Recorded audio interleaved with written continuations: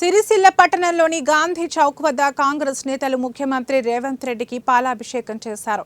ప్రభుత్వం లోటు బడ్జెట్లో ఉన్నప్పటికీ జనవరి 26 నుంచి అర్హులైన వారందరికీ రేషన్ కార్డులు, ఏడాదికి 4 లక్షల ఇందిరమ్మ ఇళ్లు, ప్రతి రైతుకు 12,000 ప్రోత్సాహం వంటి కార్యక్రమాలకు సీఎం రేవంత్ రెడ్డి, కేబినెట్ మంత్రులు ప్రణాళికలు సిద్ధం చేయడం హర్షం వ్యక్తం చేశారు.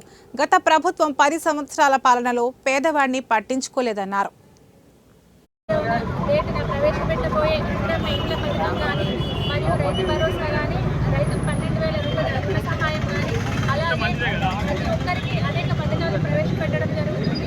దీనిని ప్రతి ఒక్కరు సద్వినియోగపరచుకోవాలి. మన ప్రభుత్వం లోటు బడ్జెట్లో ఉన్నప్పటికీ కూడా పేదలకు అన్ని రకాలుగా అండగా నిలవాలనే ఉద్దేశంతో ఈ పథకాలు ప్రవేశపెట్టడం జరిగింది.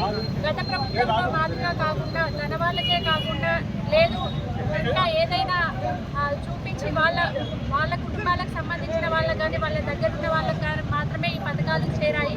ఇప్పుడు మాత్రం అలా కాకుండా ప్రతి ఒక్కరికి ఎవరైతే అర్హులు ఉంటారో ప్రతి ఒక్కరికి ఈ పథకాలు మా కాంగ్రెస్ ప్రభుత్వం హయాంలో అందజేయడం జరుగుతుంది.